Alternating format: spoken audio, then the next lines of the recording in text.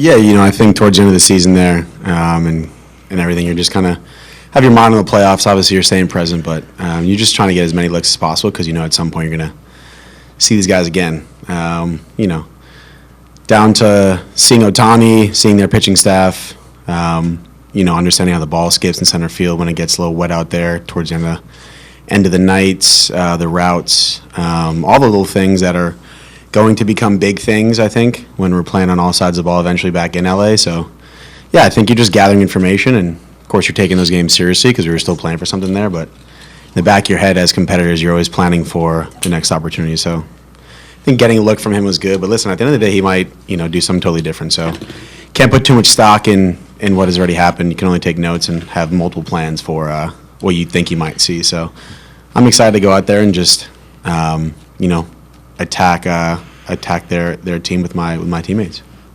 Okay, you're going to go here on the right in the middle. Harrison, whenever you've been brought onto a new team, your energy and your ability to assimilate into a new clubhouse has always stood out. So what's your experience been like coming over to the Phils in the midst of a postseason run?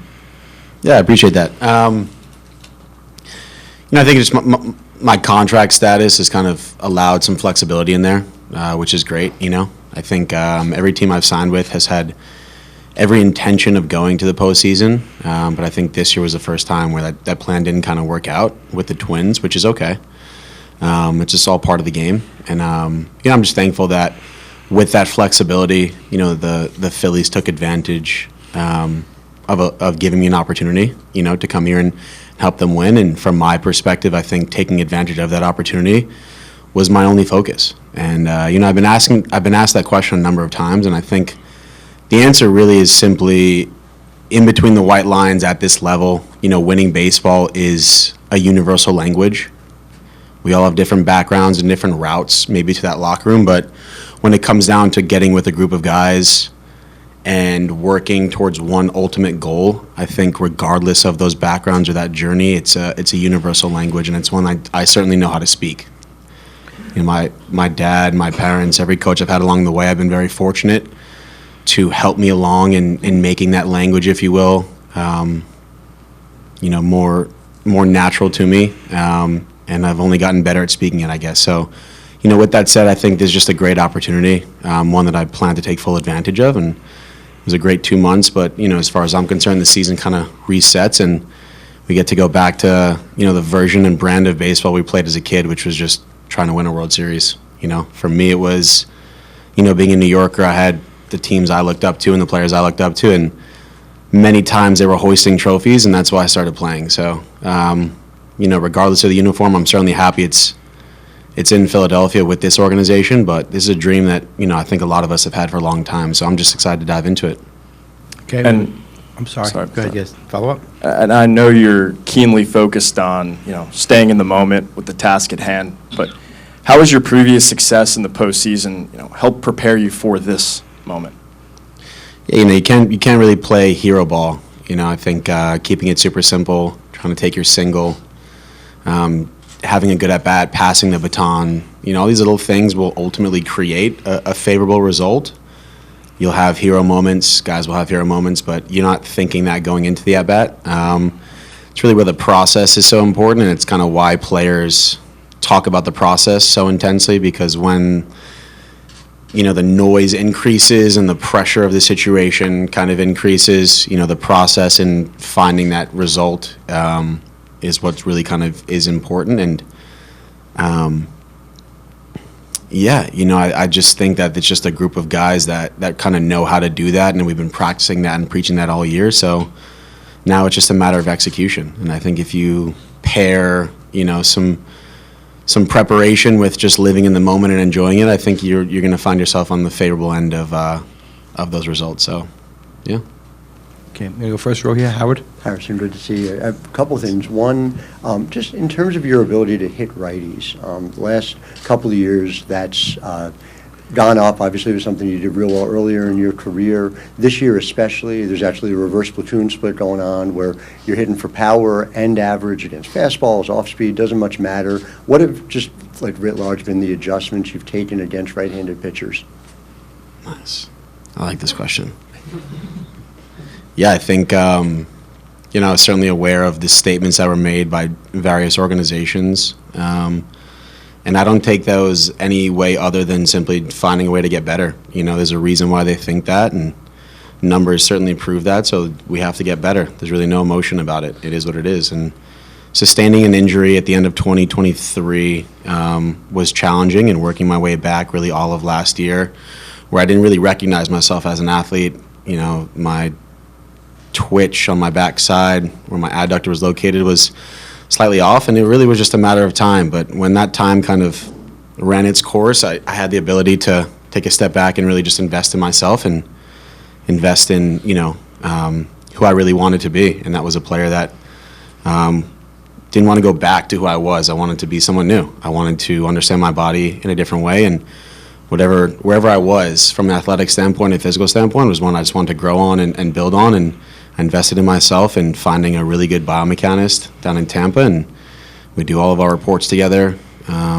We study, we got in front of cameras day in and day out to make sure that whatever I thought was going on, or if it wasn't there, then I need to fix it. And then from there, from an athletic standpoint, you just apply it to a baseball swing.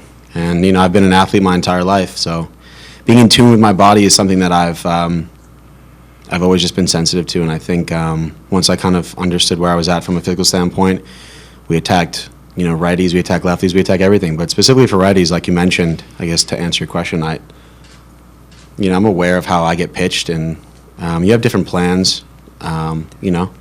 So you just attack different parts of the zone, and you just rinse and repeat, honestly. And the offseason gives us a time to kind of gather that information as opposed to judgment and use it to our benefit. So, yeah, it's an ongoing thing. It's never going to end, and this game is always about evolving and growing and going out with whatever you got and making it successful. So in many ways, I kind of hit that reset after that surgery, but I'm happy I did and just continue down the path.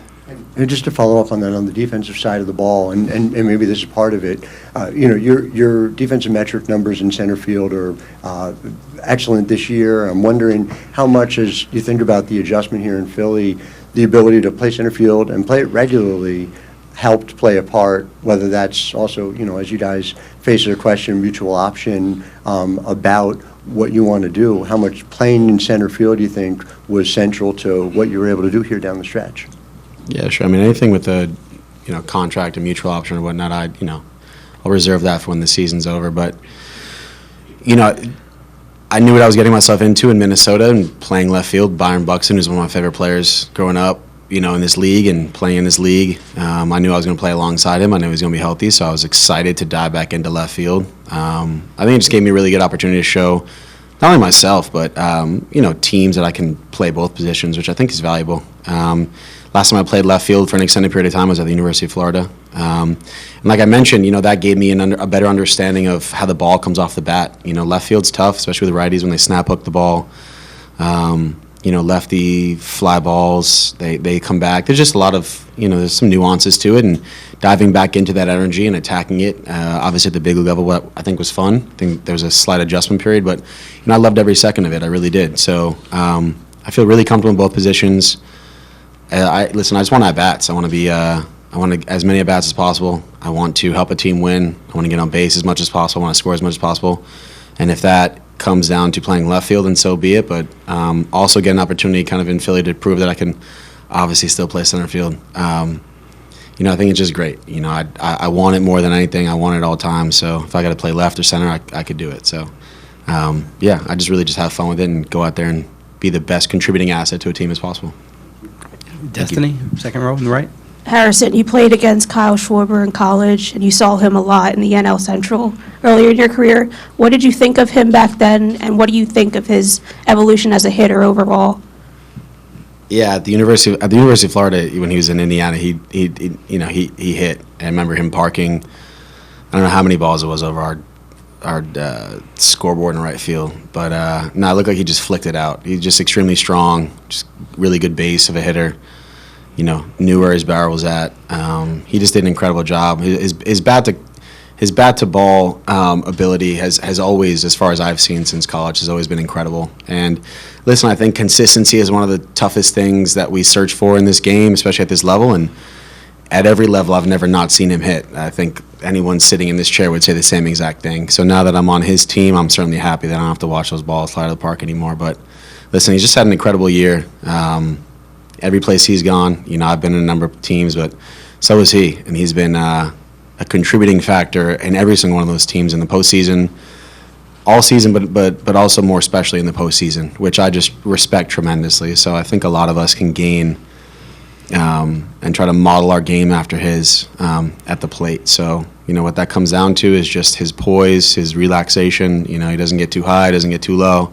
He knows he has another swing coming, and it might be the biggest one of the night. So, I'm a huge Kyle Schwarber fan, and every level I've seen him at, he's never not hit, and it's amazing. So I have tremendous respect for him. And on another note, everybody knows that crop tops are your thing, but some of your teammates started wearing them. Like, did you nudge them toward that, or did they just kind of pick it up? I would never nudge another grown man to wear a crop top like this. But they did it on their own, which shows you that we're really kind of bonded here.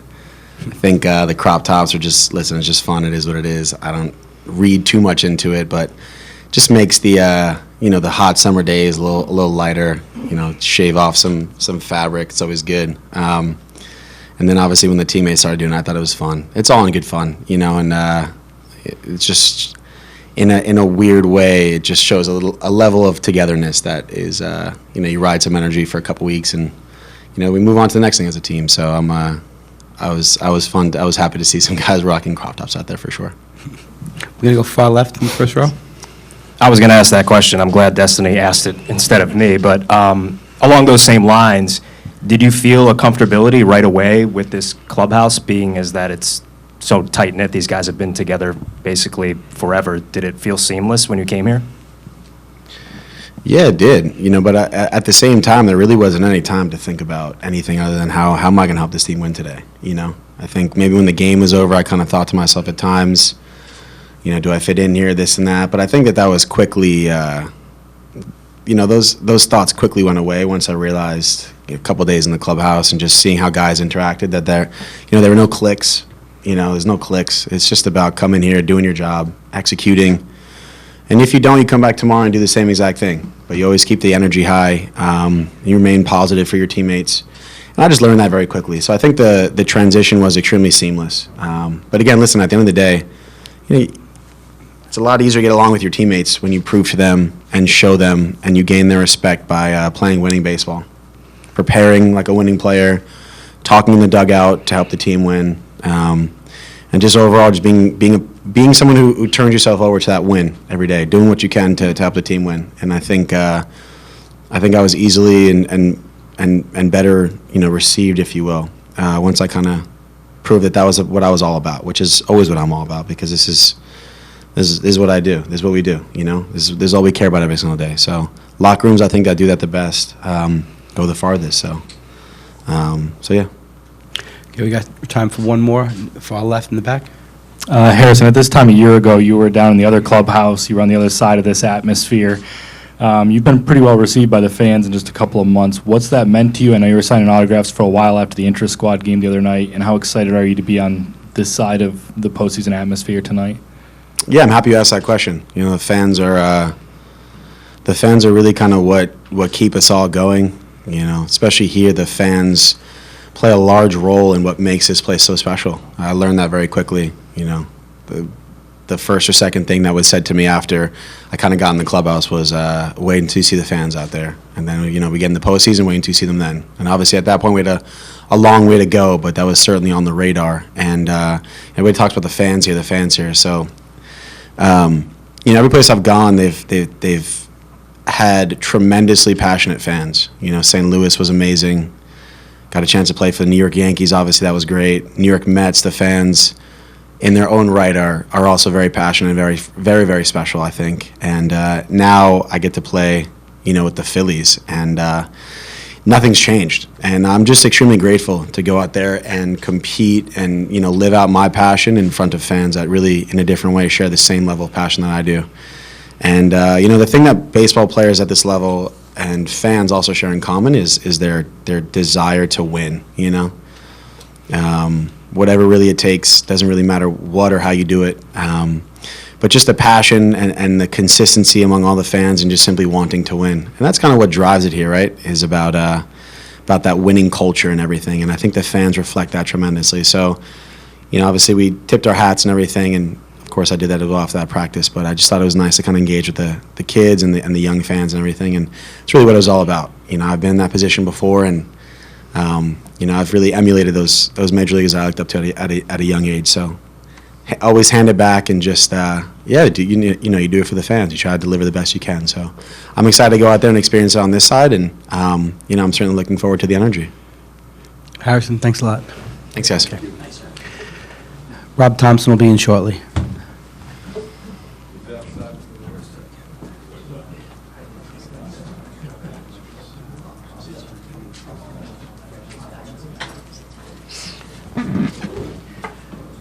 Okay, John, want to start us off, John? Okay. Who's got the first question? Why did you... Wait for the mic, John. I'm sorry. Why did you come to the determination you wanted to go with Jesus Luzardo in Game 2? He's just pitched so well the last month, and he had pitched prior to Ranger during the regular season. It just made the most sense to me. We'll have Ranger available out of the pen tonight. We'll have Nola available if there's an emergency. So, Next question, right here on the right-hand side, second row. Obviously, Rob, based off of what Ranger did a few years ago, he can pitch out of that role, but what do you see, what kind of pocket would you imagine using him in this game? well, I'm really comfortable with our leverage guys at the end, starting in the sixth inning. So it'd probably be early. Could be an extra inning game, that type of thing for tonight. And for Nolo, just what do you see overall as kind of his role in this series? Well, he could be length, he could be starting, because I'm not announcing a Game 3 starter until after Monday's game, just to see how it all plays out. Okay, next question. Howard in the first row. Right. Hey, Rob, in terms of Harrison Bader and what he's brought for this team, I know at the time of the deadline, in your mind, there was, you need to see an outfielder kind of grab on the roles if you were going to give him regular time. He ultimately became, essentially your day-to-day center fielder. What allowed him to do that, and what have you seen in him that's been that value add against righties and lefties? Well, his numbers this year anyway are better, a little bit better against righties than lefties, but from day one, we knew that we were getting good defense, plus defense.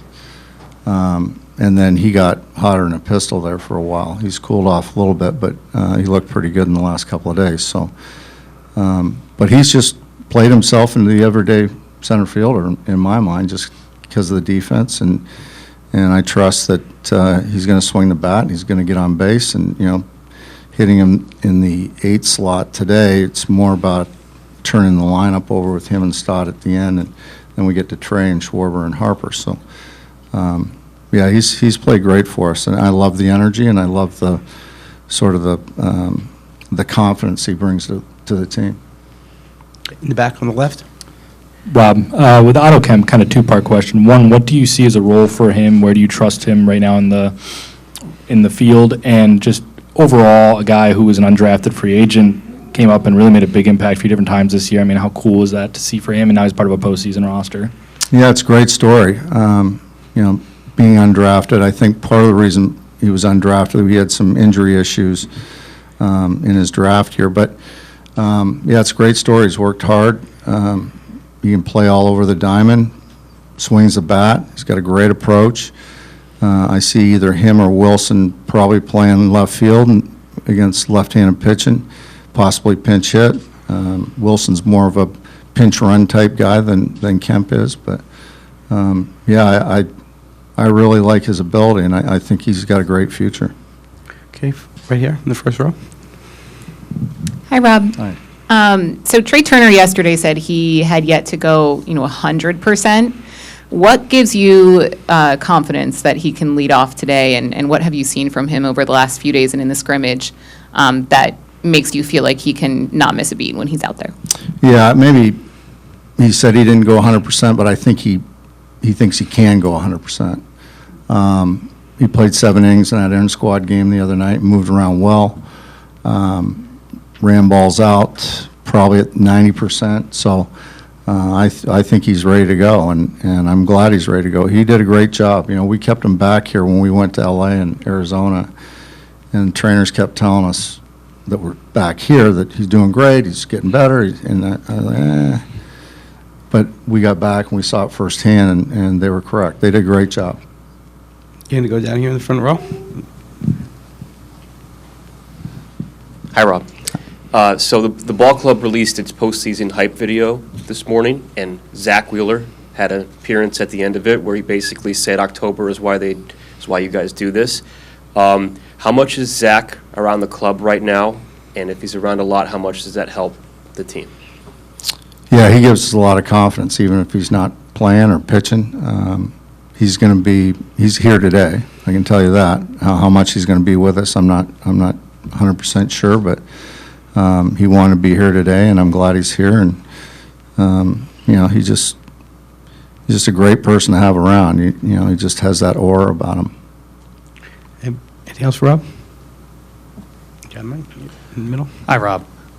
You guys added Walker Buehler not too long ago. What has he brought to the clubhouse, not only when it comes to his success and being a competitor, but also as a guy who's been a teammate of the team you're going to face off with here?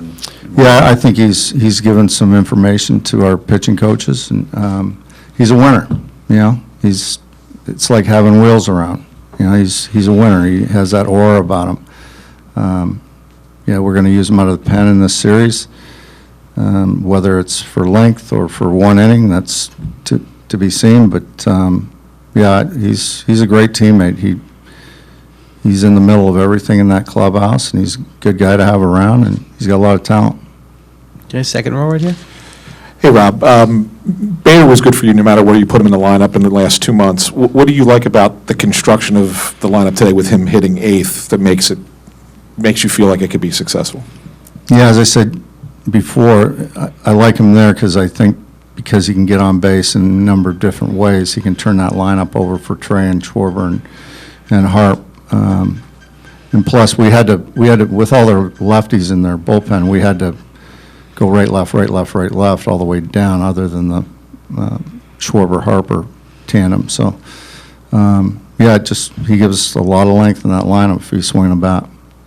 Okay, John, left. And what do you like about Stott in that final spot, and does that speak to the depth of this lineup? You've seen Bryson kind of turn around his swing and find his swing. What do you think about when you fill out that lineup card, having Bader and Stott there at the end? Yeah, two guys that have potential to get on base for the guys at the top, and Stotty's been swinging the bat great.